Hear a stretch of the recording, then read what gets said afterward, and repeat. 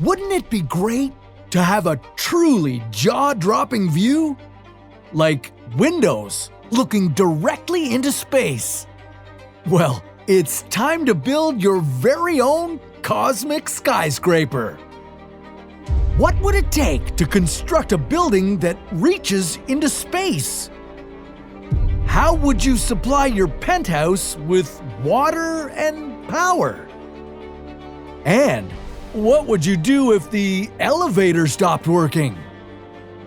This is What If, and here's what would happen if you lived in a cosmic skyscraper.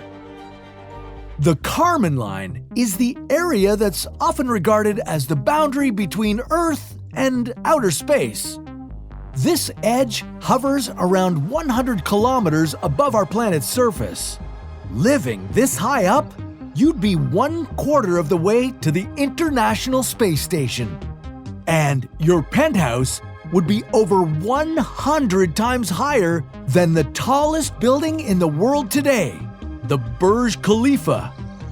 This skyscraper in Dubai reaches a height of 830 meters.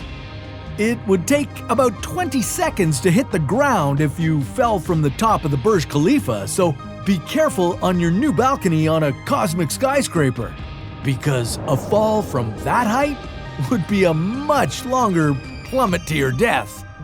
Or would you simply burn up, like a meteoroid entering the atmosphere?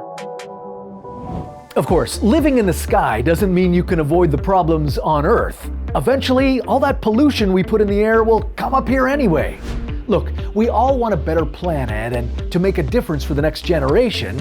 And as great as going vegan, composting, and recycling is for the environment, individual action won't be enough to mitigate the damage already done. Look, we need collective action from civic-minded citizens just like you. People who will stand up to lawmakers and corporations to make a change. Whether you're pushing for the Green New Deal or soda companies to ban plastic bottles, you need to use your votes and your dollars if you want to fight climate change. Elect the officials that battle the issue now and don't support companies that ignore this existential threat. And remember, no matter what, let's stay positive as we spread this message. Let's educate and inform without resorting to shaming or doom and gloom tactics. Hey, there's a lot of work to be done, but we can make this happen together.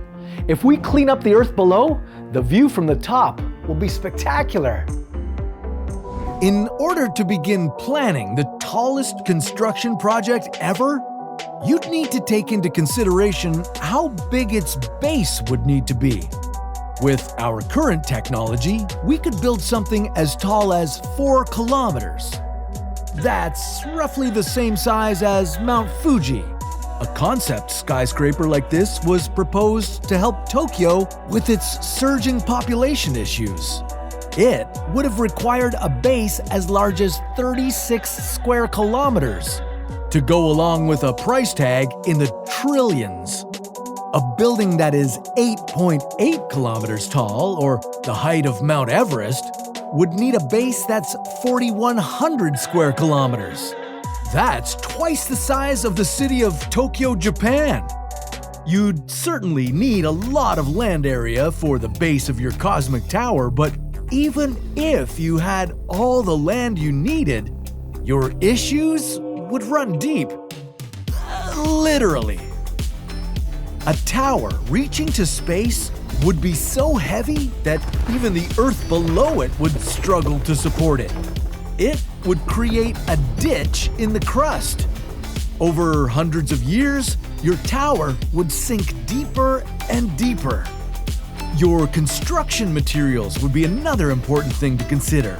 And another issue that you'd run into is that the materials you'd need might not even exist yet. You'd want something that could withstand all the gravitational forces that would be pulling on it. One idea could be to develop a high-tech form of carbon similar to a diamond, but stronger, more flexible, and extremely light. But a luxury space tower made of diamonds? Yeah, you should make sure you've got the budget for that. As for the windows that would give you the most epic view, You could use aluminum oxynitride or ALON. Transparent aluminum? This transparent ceramic-like material made of aluminum, nitrogen, and oxygen would be more durable than the glass laminate used in spacecraft windows. You and your hundreds of thousands of neighbors would have to think about the structure's utilities, such as water and keeping the lights on. Luckily for you, this would be a great opportunity to put renewable resources to work. You could build wind turbines into the skyscraper's design. And so high above the clouds, solar panels would be able to soak up a lot of raw energy from the sun. As for water, you could pull it directly from the sky around you. The troposphere holds nearly all of Earth's water vapor, so you could collect rainwater and condensation from the surrounding clouds. Just leave some for us down below. Going up to your luxury space condo wouldn't be so simple either. You definitely wouldn't be able to use the stairs if you were in a hurry, or worse, if there were an emergency. Theoretically, a space elevator could travel at speeds up to 320 kilometers per hour.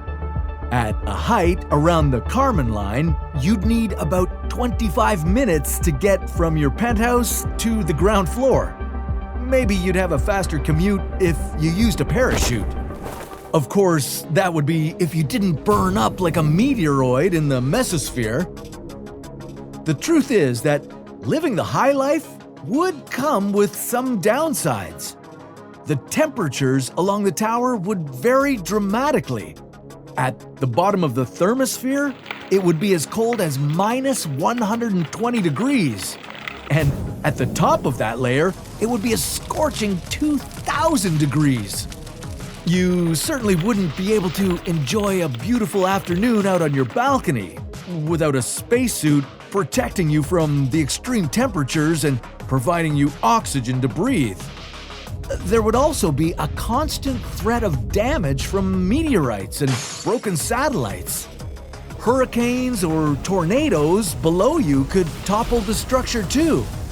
If your 100-kilometer tall building were to collapse, you could count on millions of tons of materials doing an enormous amount of damage below. Maybe it would be best to start with a project that could be a little more useful, like engineering that space elevator I mentioned earlier. But that's a story for another What If.